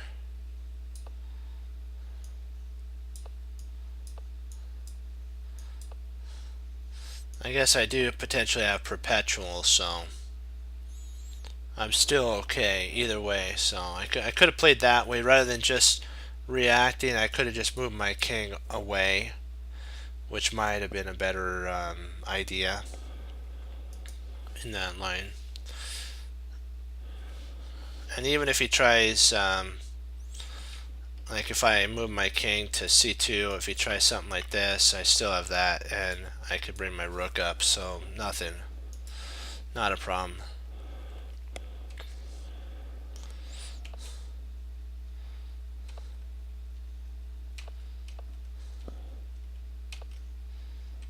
We actually went into somewhat of a draw. This move was a forced move, because there was no way really to avoid potentially a mating idea of here. I'd lose a see, if I tried something like taking here, he actually has this and then there, and I'd have to block with he'd have to move, and I guess I could potentially get a passer, but I don't know. Then here, and I'd lose this rook. So I made a flight square for my king. Also, if he takes via d takes e4, that also opens up more space room for me to still go to, no matter what. King e there, he checked, brought my back, he took, I came up. I was surprised he didn't take here, and then I would have to take. It takes, and takes. Maybe potentially taking there, and I think he might have been able to hold via here. I think I'd win some material back, but he played really, in my opinion, the only move that loses. This is the only move that, in my opinion, that loses. It allows me to sneak my way out. That's why I really enjoyed this game. Wanted to show it to you. Was king there, and then g takes, d takes, and then pawn takes. And there's really no way to stop mate from coming to pass, because he could try to stop it, but it's gonna eventually come to pass. So his only, I guess, equalizing move at this point would have been to have traded, I believe. Let's see. I think the only equalizing move is that. Yeah. This move is the only move that actually wins. I think it allows me to not, I don't win, it's just holding.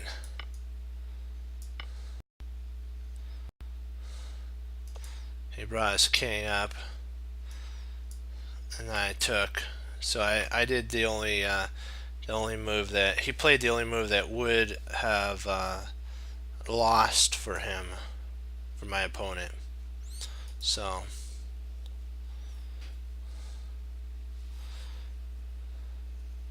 let's see, do you have a game you would like to go over? We could go over a Morphe game if you got one.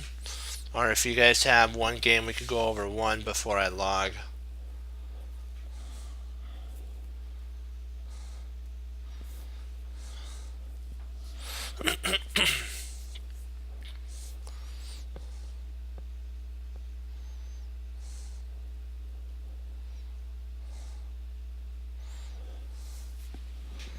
We're doing really good on our puzzles. We're solving them. So and I really liked this game. It was kind of, my opponent had to make a couple mistakes, but it ended that it was okay.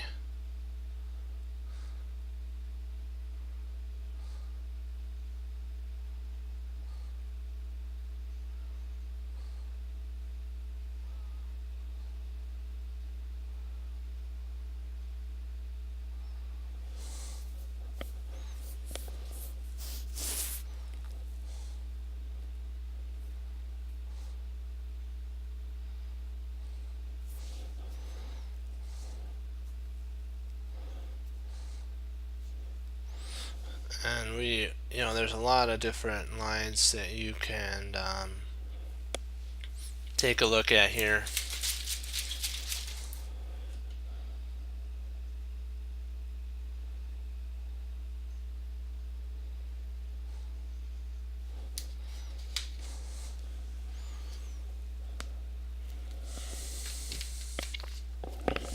Alrighty, let's pull up another board here.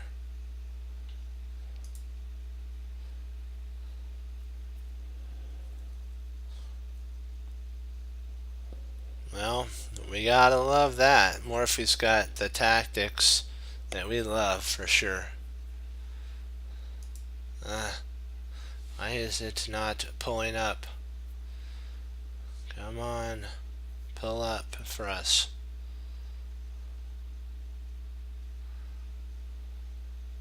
There we go. Now it's pulled up. Wow, 11 moves. Snap. That is a short one.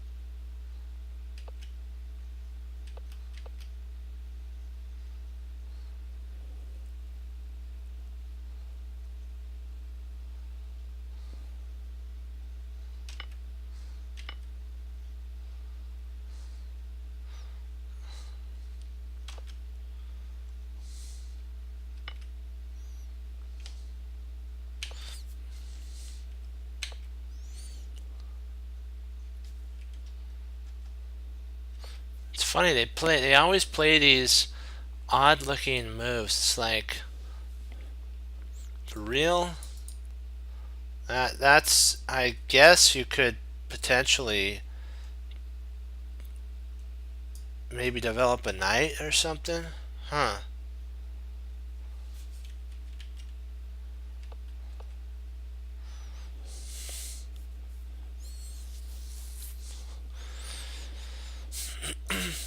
E4 is a pretty interesting move for sure. E4 is a good move. And the idea is if he plays bishop takes, you'd want to take here. And now you're threatening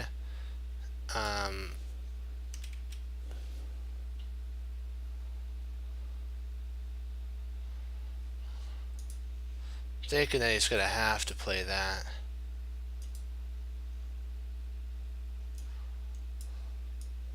So to hold,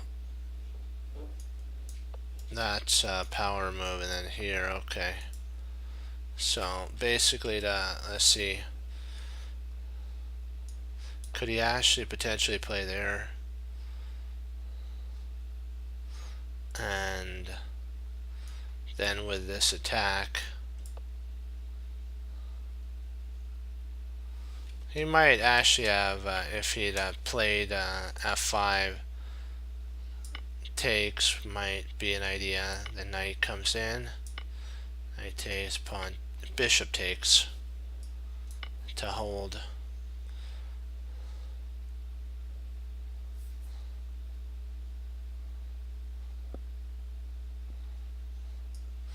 Then we do have an attack via there. If he takes here, here. Actually, if he takes there, you'd take here. You take here, take here, take there, take there. So he loses a rook in that line. So even in that line he loses. He can't even take here because of and we would take there, and this is covered. Yikes.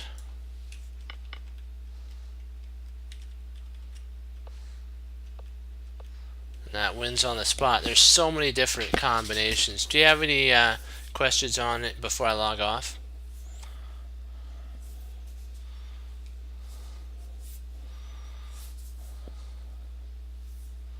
Any questions?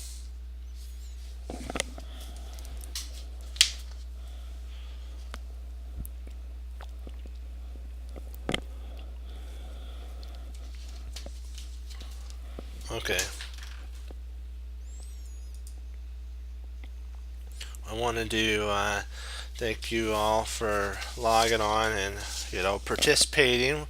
We're improving. We're getting better. We just got to keep moving forward and remembering that life is about treasuring your victories and learning from your losses. Remember that mistakes do not define you. It's how you handle the mistakes. And there are no limits to our potential that the Lord's given us.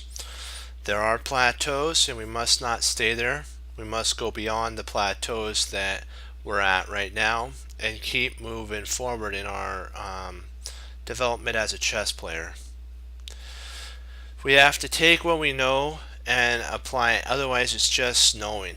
And then others can't enjoy it. And thankfully, Reinfeld and Horowitz actually wrote down their knowledge, and they applied it to a book, and we can enjoy the puzzles they've done at all their games. And they had to be willing to actually take a pen or whatever they had back then to write it down, and they did it. They did do it. And so that's Bruce Lee's two principles do apply.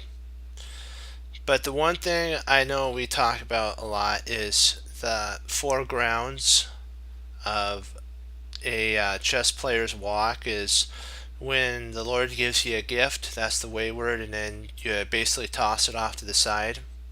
That's an opportunity. Then there's those who are gifted that they get like really high rated really fast, and then all of a sudden they start losing their ratings, and they quit because they start losing rather than taking the understanding that the loss is not a loss, it's a learning lesson.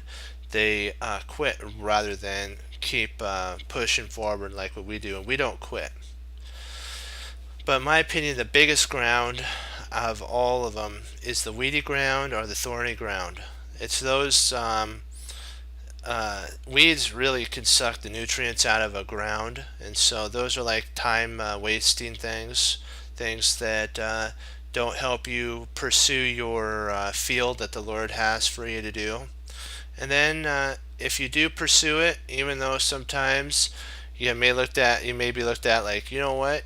Why are you doing that? You should be doing this over here. You know what?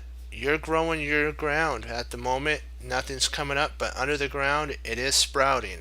And it takes a while to get going, and when it does, you'll be able to have a really good bumper crop, and from one seed of corn you can get a lot of ears, and then you can plant.